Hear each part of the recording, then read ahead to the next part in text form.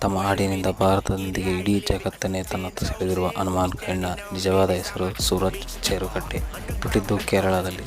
ಇವರ ತಂದೆ ಆಯಿಲ್ ಇಂಡಸ್ಟ್ರಿಯಲ್ಲಿ ಕೆಲಸ ಮಾಡುತ್ತಿದ್ದರಿಂದ ಸೂರಜ್ ಆಸ್ಟಿನ್, ಟೆಕ್ಸಾಸ್, ಅಮೆರಿಕಾದಲ್ಲಿ ಬೆಳೆದರು.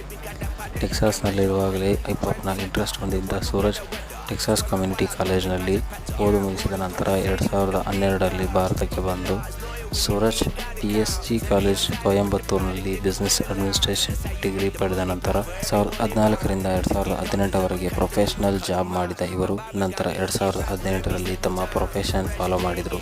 2019ರಲ್ಲಿ ಸೂರಜ್ NH7 ವೀಕೆಂಡ್ನಲ್ಲಿ ಪರ್ಫಾರ್ಮ್ ಮಾಡಿ ತಮ್ಮ ಮೊದಲ ಆಲ್ಬಮ್ ಕಲರಿ ರಿಲೀಸ್ ಮಾಡಿದರು. 2024ರ ಆವೇಶಂ ಫಿಲಂನಲ್ಲಿ ಇವರ ಲಾಸ್ಟ್ ಡ್ಯಾನ್ಸ್ ಹಾಡು ಅಫಿಷಿಯಲ್ ಸೌಂಡ್ ಟ್ರ್ಯಾಕ್ನಲ್ಲಿ ಸೇರಿತು. ಇದರ ನಡುವೆ ಕೆಲ ಹಾಡುಗಳನ್ನು ಹಾಡಿದರಾದರೂ ಇವರ ಬಿಗ್ ಹಗ್ಸ್ ಹಾಡು ಇವರಿಗೆ ಗ್ಲೋಬಲ್ ಲೆವೆಲ್ನಲ್ಲಿ ಗೆಲುವು ತಂದುಕೊಟ್ಟಿತು.